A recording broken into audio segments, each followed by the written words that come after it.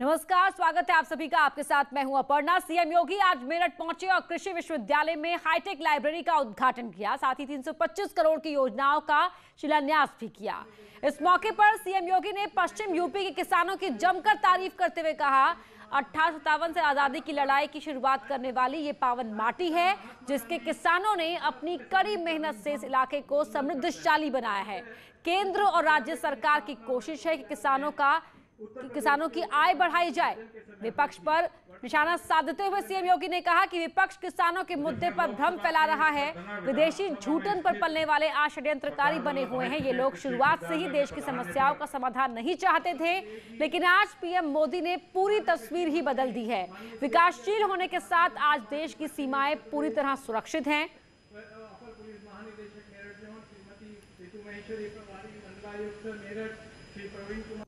कुछ लोगों को विकास अच्छा नहीं लगता, वही लोग षड्यंत्र करना चाहते हैं। किसान को सब्सिडी का लाभ कैसे मिल जा रहा है, उनको परेशानी है। किसान के खाते में पैसा कैसे जा रहा है, उन्हें परेशानी इस बात को लेकर के है। भारत के अंदर इतने बड़े देश को मोदी जी कैसे सुरक्षित रख दे रहे हैं, विकास भी हो रहा है, किसानों को लाभ भी मिल रहा है, नौजवानों को भी लाभ मिल रहा है, महिलाओं को भी हर सुविधा से जोड़ा जा रहा है।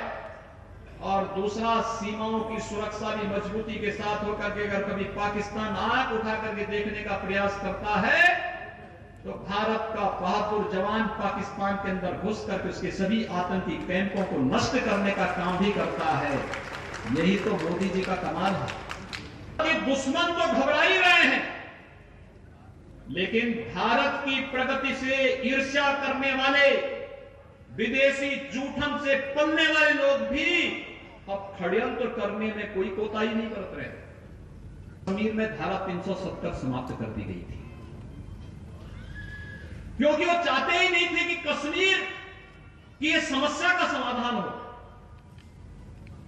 क्योंकि कश्मीर की समस्या उनके चंदा उगाही का एक माध्यम था। वे चाहते ही नहीं थे कि राम जन्मभूमि की समस्या का समाधान हो, और इसलिए कुछ न कुछ ऐसा व्यवधान पैदा खड़ा करते थे कि कश्मीर में अलगाववाद पनपता रहे, अयोध्या में राम जन्मभूमि के विवाद का समाधान न हो करके एक तरफ हिंदुवादिता पर कुठाराघात करते रहे, और दूसरी तरफ एक वर्ग विशेष को उकसा करके उन्हें गलत दिशा में मोड़ देने का कार्य करते थे और इनके चंदा उगाही का माध्यम बनता था। लेकिन मोदी जी के आने के बाद उन्होंने गांवों के विकास के लिए, गरीबों के लिए, नौजवानों के लिए, महिलाओं के लिए, समाज के विभिन्न तबकों के लिए बिना भेदभाव की योजनाएं दी। भारत के स्वाधीनता आंदोलन की प्रेरणा की धरती रही है। 1857 का प्रथम स्वतंत्र समर की बिगुल फूंकने वाला मेरठ, देश के अंदर क्रांति का बिगुल बजाने वाला मेरठ, आज जब उसे स्वतंत्र भारत में अवसर प्राप्त हुआ तो हमारे पश्चिमी उत्तर प्रदेश के किसानों ने अपने परिश्रम से, अपने पुरुषार्थ से भारत की खाद्यान्न की आपूर्ति को सुनिश्चित करते हुए भारत को खाद्यान्न के क्षेत्र में आत्मनिर्भर करने का भी बहुत बड़ी भूमिका का निर्वहन किया। यहाँ की गंग नहर के किनारे कावड़ का एक अतिरिक्त लेन बनाने का निर्णय किया। इसमें अभी हम लोगों ने 600 करोड़ रुपए से अधिक की सहमति दी है, और इसे भी महान किसान नेता और देश के पूर्व प्रधानमंत्री चौधरी चरण सिंह जी की स्मृति को समर्पित किया है। 4 करोड़ रुपए की लागत से हम लोग भारत सरकार के सहयोग से एक नया मेट्रो का विकल्प RRTs के नाम से मेरठ को दिल्ली के साथ जोड़ रहे हैं, और यह देश का पहला ऐसा कार्य होने जा रहा है जो इतनी बड़ी दूरी से जोड़ने की कार्य योजना बन रही है। और हम लोग इसको प्रस्ताव भेजे हैं कि यह अगर मेरठ के बाद मुजफ्फरनगर तक भी चल जाए तो एक और अच्छा काम हो जाएगा। 3 वर्षों के दौरान गन्ना किसानों को 1,12,000 करोड़ रुपए का गन्ना मिलने का भुगतान प्रदेश सरकार ने करवाया। चौधरी चरण सिंह जी की कर्म भूमि की चीनी मिल, रमाला चीनी मिल, 40 वर्षों से मांग हो रही थी कि यहां पे चीनी मिल का विस्तारीकरण होना चाहिए, चीनी मिल में नए सिरे से इसमें नई तकनीक के साथ इसे चलाया जाना चाहिए। कोई सुनने वाला नहीं था। हमारी सरकार आई, एक मुफ्त पैसा दिया और विगत वर्ष ही हम लोगों ने रमाला चीनी मिल के विस्तारीकरण के साथ साथ नए सिरे से नया प्लांट वहां पर देकर के यहाँ के किसानों को पूरी तरह आश्वस्त किया कि गन्ना किसानों के हितों को हर प्रकार का संरक्षण देंगे। किसान आंदोलन पर योगी सरकार की कोशिशें रंगलाती दिख रही हैं। नोएडा दिल्ली को जोड़ने वाले चिल्ला बॉर्डर को किसानों ने खोल दिया है। किसानों ने योगी सरकार पर भरोसा जताया। वहीं रक्षा मंत्री राजनाथ सिंह ने भी किसानों से मुलाकात की।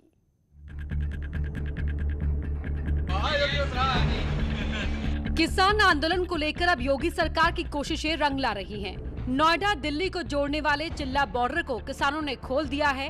किसानों ने योगी सरकार पर भरोसा दिखाया है। उत्तर प्रदेश के मुख्यमंत्री योगी आदित्यनाथ लगातार किसानों के साथ में डायरेक्ट संवाद कर रहे हैं, सीधे तौर पर उनसे बातचीत कर रहे हैं और बातचीत करने के बाद उनके समाधान करने का पूर्ण विश्वास भी दिला रहे हैं। इसके साथ ही इस मामले में लगातार जिस तरह से किसान नेताओं से बातचीत की गई, शायद इसी का फलसफा है कि किसान यहाँ पर अब बातों को समझने के लिए तैयार हुए। वहीं रक्षा मंत्री राजनाथ सिंह ने भी किसानों से मुलाकात की, जिसके बाद किसानों ने फैसला लिया और चिल्ला बॉर्डर आम लोगों के लिए खोला गया। केंद्रीय रक्षा मंत्री राजनाथ सिंह का, जो खुद उत्तर प्रदेश के रहने वाले हैं, वो कल देर रात में काफ़ी किसान नेताओं के साथ मुलाकात किए और साथ में हालांकि केंद्रीय कृषि मंत्री भी थे, लेकिन जिस तरह से बाकायदा किसान नेताओं के साथ मिले, बैठ के आपस में बातचीत किए और उनको इस बात का भरोसा दिलाए कि राज्य सरकार की बात करें या केंद्र सरकार, दोनों सरकार डबल इंजन की जो सरकार है वो किसानों के साथ पहले भी थी, आज भी है और कल भी रहेगी। योगी सरकार लगातार यहाँ मौजूद किसानों से बात कर रही थी। वहीं नोएडा पुलिस ने किसानों से बात करने में और उन्हें समझाने में अहम भूमिका निभाई। नोएडा की पुलिस लगातार किसानों के साथ में बातचीत कर रही थी और उनको हर संभव प्रयास कर रहे थे कि आपके खिलाफ यहाँ पे कोई भी किसी तरह का एक्शन नहीं होगा, आप अन्नदाता हैं और शायद इसी का परिणाम है। पुलिसिंग का भी एक रोल बहुत यहाँ पर महत्वपूर्ण रहा। वहीं deputy CM doctor Dinesh Sharma ने कहा कि सरकार किसानों के साथ खड़ी है। देखिए, किसान आंदोलन में पूरी तरह भारत सरकार का एक रुख है कि जो भी किसानों की न्यायोचित मांगे हैं उनको वार्ता के जरिए वो उनसे बात कर रहे हैं और हमेशा से उन्होंने कहा है कि उनके दरवाजे खुले हुए हैं, किसान बंधु जब चाहें तब आके उनसे बात कर सकते हैं। सरकार ने किसानों की आय दुगनी करने के लिए पहले से प्रधानमंत्री का सपना है और उसके लिए वो काम कर रही है। केंद्रीय मंत्री पीयूष गोयल ने आरोप लगाया कि नक्सली और माओवादी आंदोलन को हाईजैक करने की कोशिश कर रहे हैं और किसानों को बरगला रहे हैं। मैं समझता हूं अगर ये किसान आंदोलन माओवादी और नक्सल ताकतों से मुक्त हो जाए तो हमारे किसान भाई बहन जरूर समझेंगे कि किसान के बिल उनके हित में है, देश हित में है। और अगर उनको फिर भी कोई भ्रम हो, कोई शंका हो, तो हमारे द्वार 24 घंटे खुले हैं चर्चा के लिए। वहीं गाजियाबाद में किसान आंदोलन में शामिल होने आए जामिया के छात्रों को किसानों ने वापस भेज दिया। ये छात्र अपने साथ बैनर और पोस्टर्स लाए थे। किसानों ने छात्रों को सियासत न करने की नसीहत दे डाली। न्यूज़ 18 के लिए नोएडा से शंकर आनंद की रिपोर्ट। केंद्रीय कृषि राज्य मंत्री कैलाश चौधरी ने न्यूज़ 18 से खास बातचीत में भरोसा दिलाया है कि जल्द ही किसानों के साथ अगली बैठक होगी जिसमें समाधान निकलने की उम्मीद है। बैठकर समाधान निकालें, क्योंकि इस आंदोलन के अंदर जिस तरह से कुछ लोग इस आंदोलन को हाईजैक करना चाहते हैं, कुछ लोग इसमें राजनीतिक रोटियां सेकना चाहते हैं, कुछ लोग किसानों के कंधे पर बंदूक रखकर और अपना उल्लू सीधा करना चाहते हैं या निशाना साधना चाहते हैं। लेकिन उनसे बचते हुए मैं निश्चित रूप से सोचता हूं कि देश का जो किसान है वो समझदार है। पक्ष का हमेशा यही है कि हर उस निर्णय का विरोध करना। आज जैसा देखें कि उन्होंने सीए के कानून का विरोध किया, धारा 370 का विरोध किया, अब किसानों के हित का बिल आया तो उसका विरोध किया। तो उस बातों को समझते हुए मैं सोचता हूं कि किसानों को आगे बढ़ के और इस समस्या का समाधान निकाले। हम साथ में बैठकर कुछ इस ऐसे स्थान पर पहुँचे। बीजेपी अध्यक्ष जेपी नड्डा कोरोना पॉजिटिव हो गए हैं। उन्होंने खुद ट्वीट करके इस बात की जानकारी दी। जेपी नड्डा ने बताया कि कोरोना के शुरुआती लक्षण दिखने पर उन्होंने टेस्ट करवाया। ट्वीट टीवी स्क्रीन पर है जिसमें वो कोरोना पॉजिटिव आए हैं। टेस्ट करवाने पर उनके संपर्क में आए लोग जांच करवाएं। मेरी तबीयत ठीक है, रिपोर्ट पॉजिटिव आई है लेकिन मेरी तबीयत ठीक है। डॉक्टर्स की सलाह पर होम आइसोलेशन में सभी दिशा निर्देशों का पालन कर रहा हूं, ये ट्वीट जेपी नड्डा ने किया। समाजवादी पार्टी भी कल किसानों के समर्थन में प्रोटेस्ट करेगी। एसपी के राष्ट्रीय अध्यक्ष अखिलेश यादव के निर्देश पर प्रदेश के सभी जिला मुख्यालय पर एसपी के नेता और कार्यकर्ता प्रदर्शन करेंगे। अयोध्या में जिला मुख्यालयों पर प्रदर्शन होगा। पूर्व कैबिनेट मंत्री अवधेश प्रसाद के मुताबिक केंद्र सरकार जो कृषि बिल लेकर आई है वो काला कानून है जो किसानों को बर्बाद कर देगा। समाजवादी पार्टी किसानों के साथ है। समाजवादी पार्टी लगातार किसानों के हक में और हित में और इस काला कानून को वापस लेने के लिए लगातार संघर्ष है। अभी धीमी नहीं पड़ी है। 14 तारीख को हमारे राष्ट्रीय अध्यक्ष ने निर्देशित किया है पूरे प्रदेश में जिला मुख्यालयों पर जबरदस्त तरीके से प्रभावी ढंग से किसानों का धरना और प्रदर्शन किया जाएगा। कासगंज में आरएसएस की 2 दिन की बैठक हो रही है। इंटर कॉलेज में आज की बैठक में ब्रज क्षेत्र के सांसद, विधायक, मंत्री मौजूद रहे। आरएसएस प्रांत प्रचारक की अध्यक्षता में बैठक हुई। बैठक में राम मंदिर निर्माण और 2022 विधानसभा चुनाव को लेकर चर्चा हुई। राम मंदिर निर्माण समिति ने मंदिर निर्माण को लेकर एक अधिसूचना जारी करते हुए नए 8 सदस्यीय विशेषज्ञ समिति का गठन किया है। इस समिति में देश के टॉप इंजीनियर्स को शुमार किया गया है। यह समिति मंदिर निर्माण के लिए 15 दिसंबर को अपनी रिपोर्ट सौंपेगी। अयोध्या में बन रहे राम मंदिर की देखभाल करने वाली राम मंदिर निर्माण समिति ने एक नई अधिसूचना जारी की है जिसके जरिए विशेषज्ञ समिति के गठन के बारे में जानकारी दी गई है। इस समिति में 8 सदस्यों को जगह दी गई है जिसमें देश के टॉप इंजीनियर्स को रखा गया है। इस समिति मंदिर निर्माण को लेकर 15 दिसंबर को अपनी रिपोर्ट सौंपेगी। इस समिति में professor VS Raju, professor N Gopal Krishnan, professor SR Gandhi, professor TG Sitaraman, professor B Bhattacharya emeritus, Shri AP Mul, professor Manu Santhanam और प्रोफेसर प्रदीप्ता बनर्जी को जगह दी गई है ताकि मंदिर में किसी तरह की कोई कमी न रह जाए। दरअसल मंदिर ट्रस्ट चाहता है कि मंदिर का आयु लगभग 1000 साल से भी ज्यादा का हो। हाँ, यहाँ रुक रहे एक छोटे से ब्रेक के लिए।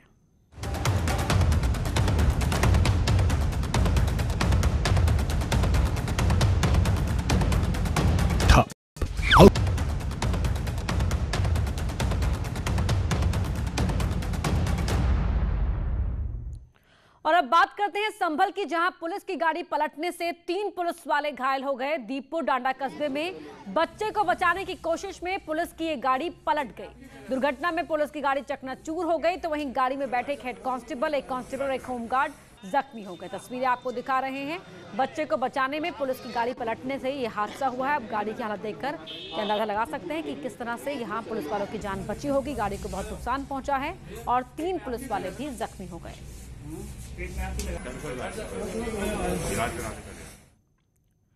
अब आपको दिखाते हैं आग की 2 तस्वीरें। लखीमपुर खीरी में एलपीजी गैस लीकेज की वजह से चलती कार में आग लग गई। गनीमत रही कार सवार 2 लोगों ने कूदकर किसी तरह अपनी जान बचा ली।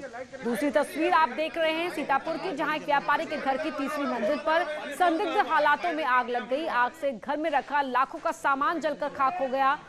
आग से किसी के हताहत होने की खबर नहीं है।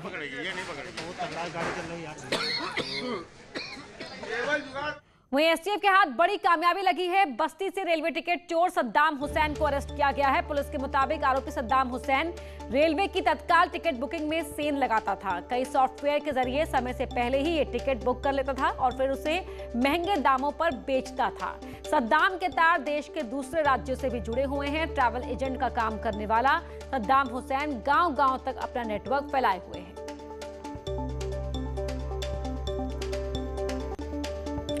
काशी ये शब्द नहीं है, शहर नहीं है, एक पूरा ग्रंथ है और काशी के मन, भाव और अर्थ को समझाएगा काशी हिंदू विश्वविद्यालय। दरअसल बीएचयू काशी स्टडीज के नाम से एक कोर्स शुरू करने जा रहा है। इसका सेशन अगले साल जुलाई से शुरू कर दिया जाएगा।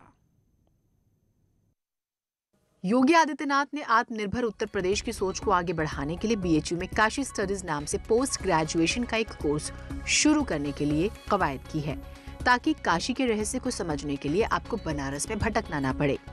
विश्वविद्यालय प्रशासन की मंजूरी मिलने के बाद अब इस कोर्स को अगले साल जुलाई से शुरू किया जाएगा, जो 2 साल का कोर्स होगा, जिसमें देश और विदेश के छात्रों को मौका दिया जाएगा।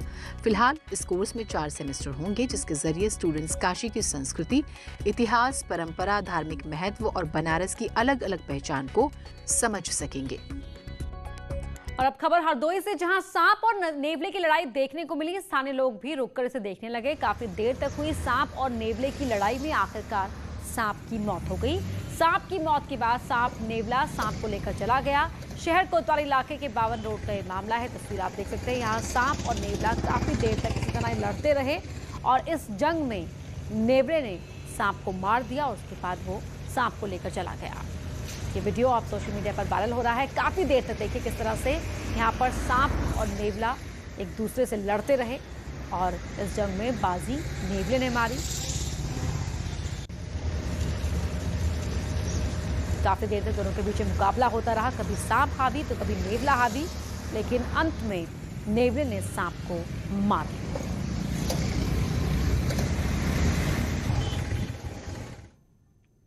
इस बुलेटिन में इतना ही। आगे देखिए उत्तराखंड की खबरें।